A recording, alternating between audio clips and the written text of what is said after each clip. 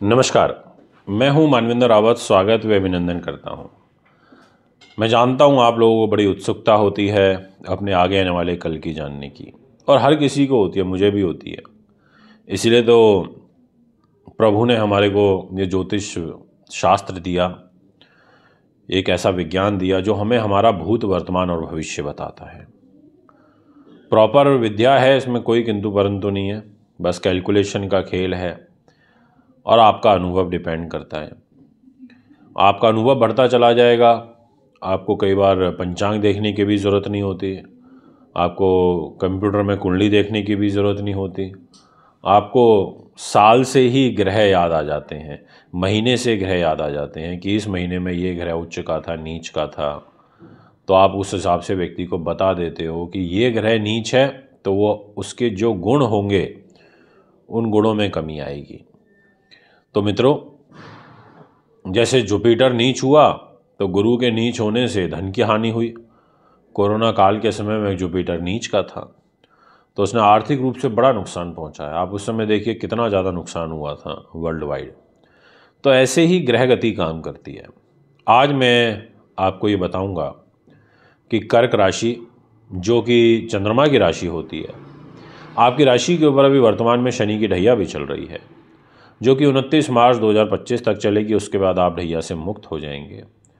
आपका जो शनि है वो आपकी कर्क राशि से नवम भाव में आ जाएगा 29 मार्च को 2025 में, त्रिकोण में आ जाएगा। ठीक है, यहाँ इतना ज़्यादा बलवान नहीं होता, बट इस घर में आकर के धार्मिक जीवन में रुचि तो बढ़ा ही देगा। इसके अलावा जीवन साथी के माध्यम से भी आपके भाग्य का उदय होगा। अब विषय ये आता है कि आपका ये फरवरी का महीना कैसा रहेगा, क्योंकि हम तो इसी महीने की बात कर रहे हैं। तो इस महीने में जो परिस्थितियां हैं वो बहुत ज़्यादा अनुकूल मुझे नहीं दिखाई पड़ रही हैं, यानी कि मिली जुली सी परिस्थितियां हैं। मैं उस विषय में आपको जानकारी देना प्रारंभ करूंगा, ध्यान से सुनिएगा। दिनांक 11 तारीख को ये जो आपको बुध ग्रह दिखाई दे रहे होंगे 10 नंबर में बैठे हुए, ये इस 10 नंबर से स्विच कर जाएंगे 11 नंबर में, वो और शनि के साथ बैठ जाएंगे। ठीक उसके एक दिन बाद 12 तारीख को सूर्य भी 11 नंबर में आ जाएंगे, यानी कि सिंह राशि में आ जाएंगे। तो सूर्य की, शनि की और बुध की, ये तीन ग्रह कंबाइन हो जाएंगे इस 11 नंबर वाले भाव में, जो आपको ये जिसको भाव बोलते हैं अष्टम, और राशि होगी कुंभ, यानी कि कुंभ राशि में तीन ग्रहों की युति बन जाएगी। अच्छी नहीं है, तीनों का अष्टम भाव में जाना अच्छा नहीं है, मैं तो बिल्कुल इसको ठीक नहीं समझता। अब इसके क्या परिणाम होंगे वो थोड़ी देर में डिस्क्लोज हो जाएंगे। इसके अलावा जो शुक्र ग्रह है वो संकट मोचक वाली भूमिका में इस पूरे महीने रहेगा, और साथ में गुरु रहेगा, यानी कि आपको ये दो ग्रह सपोर्ट कर रहे हैं। अब वो कैसे कर रहे हैं देखिए, जहाँ 12 नंबर लिखा है वहाँ शुक्र बैठे हैं, वो भाग्य का घर है और उच्च के होकर के शुक्र विराजमान है। उस 12 नंबर का लॉर्ड कौन है? जुपिटर। वो कहाँ बैठा है? 2 नंबर में। वो घर है लाभ का, वो है मांगलिक कार्यक्रमों का भी, और वो आपके यात्राओं का भी है, और आपके शरीर के जो लेफ्ट साइड होती है उसका भी होता है। अब वहाँ पर जुपिटर बैठ गया।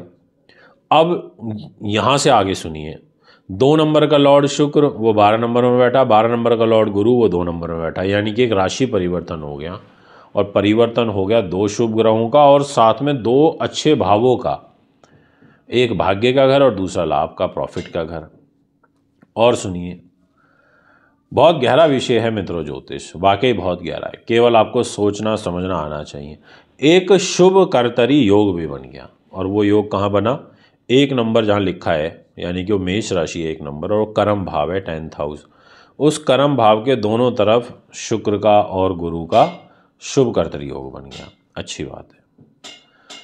मान सम्मान की सबसे पहले यदि मैं बात करूं तो मान सम्मान आपका अच्छा रहेगा, उसको लेकर के आपको चिंतित होने की आवश्यकता नहीं है।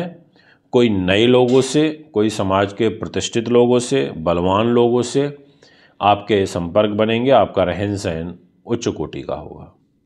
कैरियर के पॉइंट ऑफ व्यू से ये बोलूँगा कि मंगल के पास जिम्मेदारी है, और मंगल बैठे हैं वे स्थान में। देख लीजिए जहाँ 3 नंबर लिखा है वहाँ मंगल विराजमान है। मंगल ने बोला देखो भैया, मैं खर्च के घर में बैठ गया तो मैं खर्चे कराऊंगा, अब यहाँ पर खर्चों में वृद्धि करेंगे, ऐसा आपकी राशि कहती है, और व्यय बढ़ाएंगे और फिजूल खर्ची बढ़ाएंगे। थोड़ा गलत आदतों पे पैसा खर्च हो सकता है, शो शाह हवाबाजी में हो सकता है। इन चीज़ों से बचाव करके आपको चलना होगा, ये निवेदन मैं करना चाहूँगा।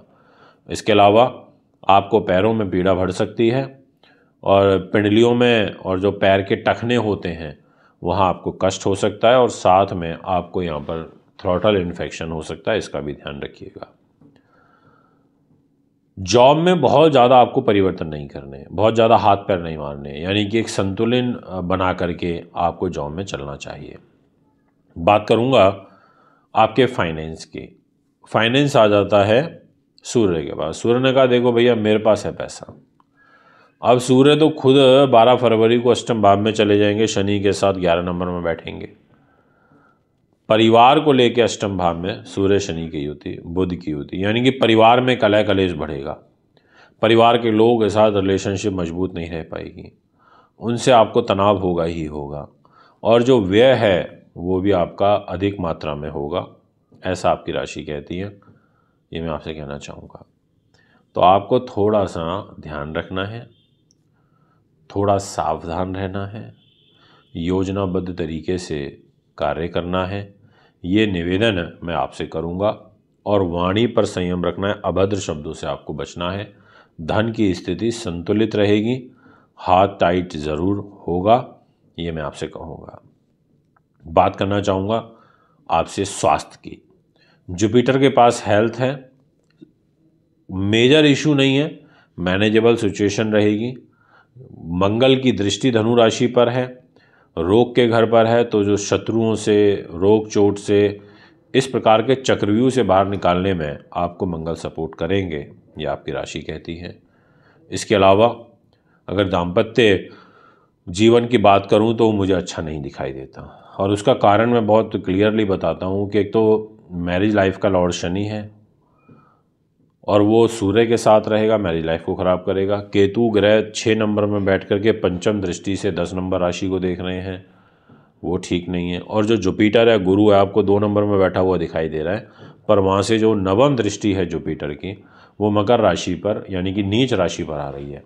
तो ऐसी स्थिति में जुपिटर भी आपके लिए ज़्यादा सपोर्टिव स्थिति में दाम्पत्य जीवन के दृष्टिकोण से नहीं है, यानी कि पर्सनल लाइफ में प्रॉब्लम आएगी, यानी कि आपके व्यापारिक पार्टनर से आपको दिक्कत आ सकती है।